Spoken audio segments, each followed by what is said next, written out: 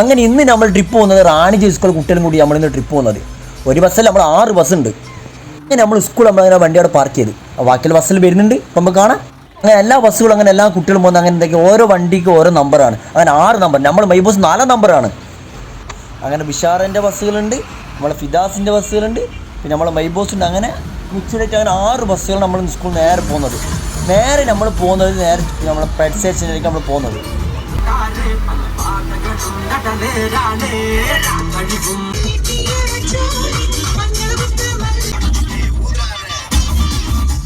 ഓരോ കുട്ടികളും ഓരോരോ സ്നാക്സ് നമ്മൾ കൊണ്ടുത്തന്നു.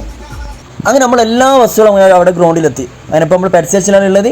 അപ്പോൾ ഓരോ നമ്പർ ഓരോ പ്രകാരം അങ്ങനെ അവരെ ടീച്ചർമാരൊക്കെ അങ്ങനെ അവരെ സെറ്റായിക്കൊണ്ടിരിക്കുകയാണ്.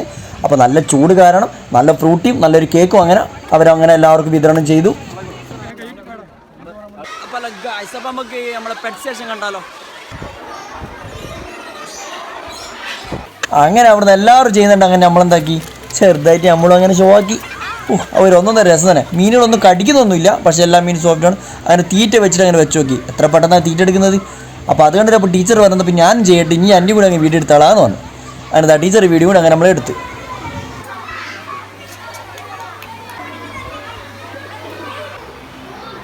അങ്ങനെ ഫുള്ളും വീഡിയോ എടുക്കാൻ കണ്ടില്ല, കാരണം നമ്മൾ അത്യാവശ്യം പോയതാണ്. അപ്പോൾ നേരെ നമ്മളങ്ങനെ പുറത്തേക്ക് പോയി. അങ്ങനെ നമ്മൾ ഡ്രൈവർമാർ ക്ലീൻമാർ അങ്ങനെ കുറച്ച് ഐസ്ക്രീമൊക്കെ വാങ്ങി. നമ്മളങ്ങനെ വട്ടത്തിൽ നിന്ന് കുറച്ച് കിസ്സൊക്കെ പറഞ്ഞ് ഞങ്ങളങ്ങനെ അവിടെ ഇരുന്നു.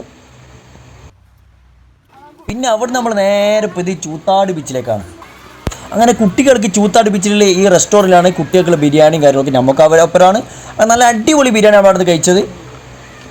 അവരെ ബീച്ചുകൾ അവരൊക്കെ അവിടെ നിന്നെല്ലാം കറങ്ങി. പിന്നെ നമ്മൾ അവിടെ നിന്ന് ഓരോരോ ഐസ്ക്രീമൊക്കെ കുട്ടികൾക്ക് കഴിച്ചു. പിന്നെ നേരെ പോയി നമ്മളെ സ്വന്തം പയ്യാമ്പലം ബീച്ചിലേക്കാണ്.